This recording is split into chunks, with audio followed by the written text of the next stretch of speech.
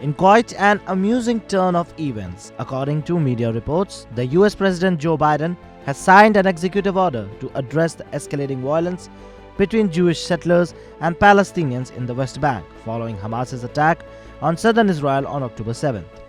Reportedly, the US, via this action, has sanctioned 4 Israeli settlers in the West Bank.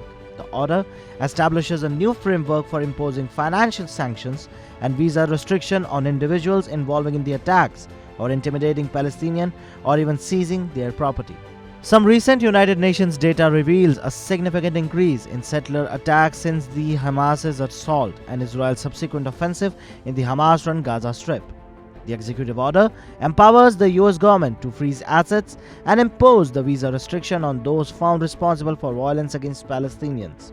The State Department is expected to announce the first 4 individuals targeted by the order. Now, this move comes after a recent Israeli covert operation took place in the city of Jenin, where 3 Hamas fighters were eliminated inside a hospital. And so, in response to the growing threat to peace, security and stability in the West Bank, Israel and the broader Middle East region, US has taken such a big action. President Biden has emphasized the urgency of addressing the violence, conveying his direct concerns to Israeli Prime Minister Benjamin Netanyahu.